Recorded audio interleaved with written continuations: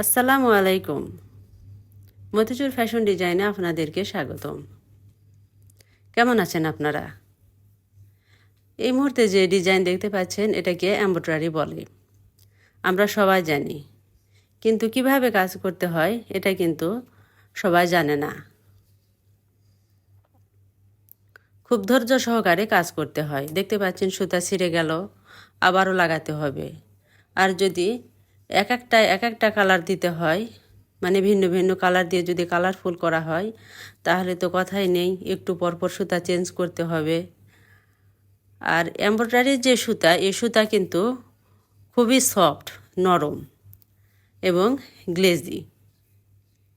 এর ববিনের সুতা যেটা ব্যবহার করা হয় সাদা, সেটাও কিন্তু খুবই সফট। আর এই বেশি সফট হওয়ার কারণেই সুতা বারবার করে ছিঁড়ে যায়। এমব্রয়ডারি সেলাই করতে গেলে চোখের পাওয়ার, প্রচুর পাওয়ার প্রয়োজন। একভাবে তাকিয়ে থাকতে হয়। ঝিকঝাক ঝিকঝাক একটা মানে চোখে কেমন যেন হয়ে ওঠে। সুই সুতা দিয়ে কারুকাজ করা ধৈর্যের ব্যাপার, অনেক সময় লাগে। কিন্তু এমব্রয়ডারি দিয়ে যদি নকশা ওঠানো হয়, তাহলেও অনেক দক্ষ হতে হয়, কাজে পারদর্শী হতে হয়। মেয়েদের চেয়ে ছেলেরা কিন্তু বেশি এমব্রয়ডারি কাজ ভালো পারে, মেয়েরা খুব কম পারে। দেখতে পাচ্ছেন কত নিখুঁতভাবে কাজ করা হচ্ছে। আর যদি কোনোভাবে হাতের মধ্যে লেগে যায়, তাহলে হাত কেটে ফেলা ছাড়া উপায় নেই, মানে আঙ্গুল কেটে ফেলে দিতে হবে। তাই খুবই সাবধান মতো কাজ করতে হয়।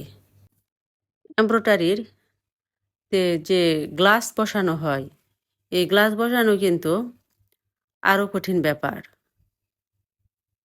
তাই ভালো দক্ষ কারিগররা ছাড়া এমব্রয়ডারি গ্লাস বসাতে পারে না।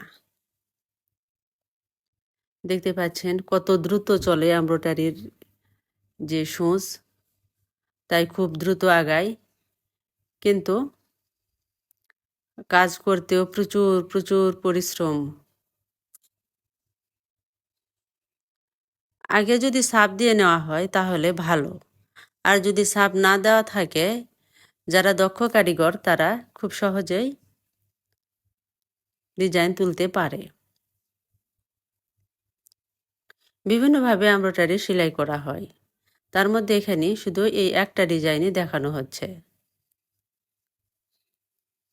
তো এমব্রয়ডারি এটা করা হচ্ছে বোরখাতে। বোরখার এক পাশে শুধু ডিজাইন হবে। দেখতে পাচ্ছেন হরেক রকমের সুতা, বিভিন্ন রকমের সুতা। এমব্রয়ডারির যে সাইডে যদি বেশি সাইডে থাকে, তাহলে ফ্রেমের সাথে কাপড় লাগিয়ে তারপর সেলাই করতে হয়। এটা ইলেকট্রিক মেশিন ছাড়া করা সম্ভব না, বিদ্যুতের প্রয়োজন হয়, তাই খরচও বেশি। একসময় এমব্রয়ডারির প্রচুর চাহিদা ছিল, কিন্তু এখন সেই চাহিদা কমে গেছে। আগে মানুষ বোরখায় এমব্রয়ডারি ছাড়া পরতই না। এইটুকু এমব্রয়ডারি কাজ করতেই অনেক সময় লেগে গেল।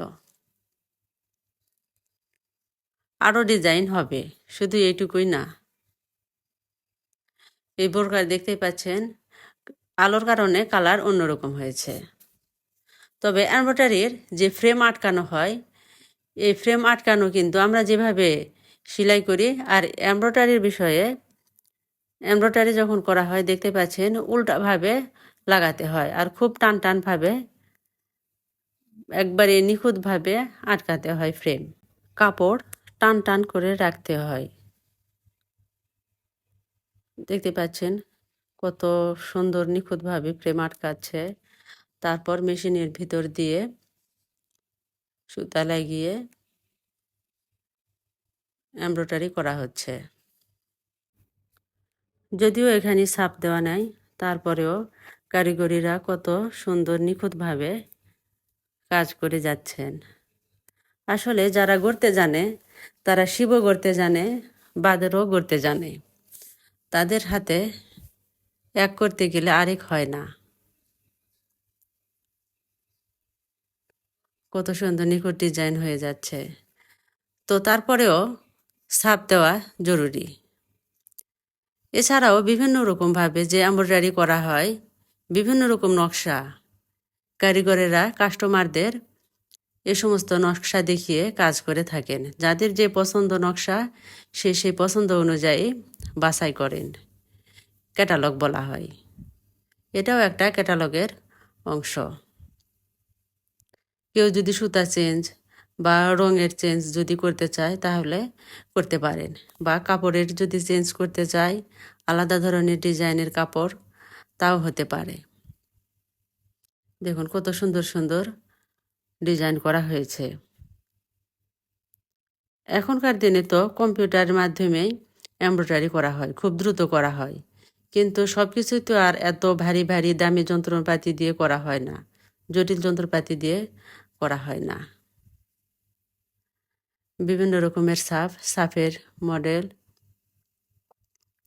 যে যার পছন্দ মতো বাছাই করে নেয়। তো আপনারা যদি এরকম সুন্দর সুন্দর এমব্রয়ডারি করাতে চান তাহলে আমার সাথে যোগাযোগ করবেন। এছাড়াও আপনার স্থানীয় শহরে যোগাযোগ করলেও পারবেন। আল্লাহ হাফেজ।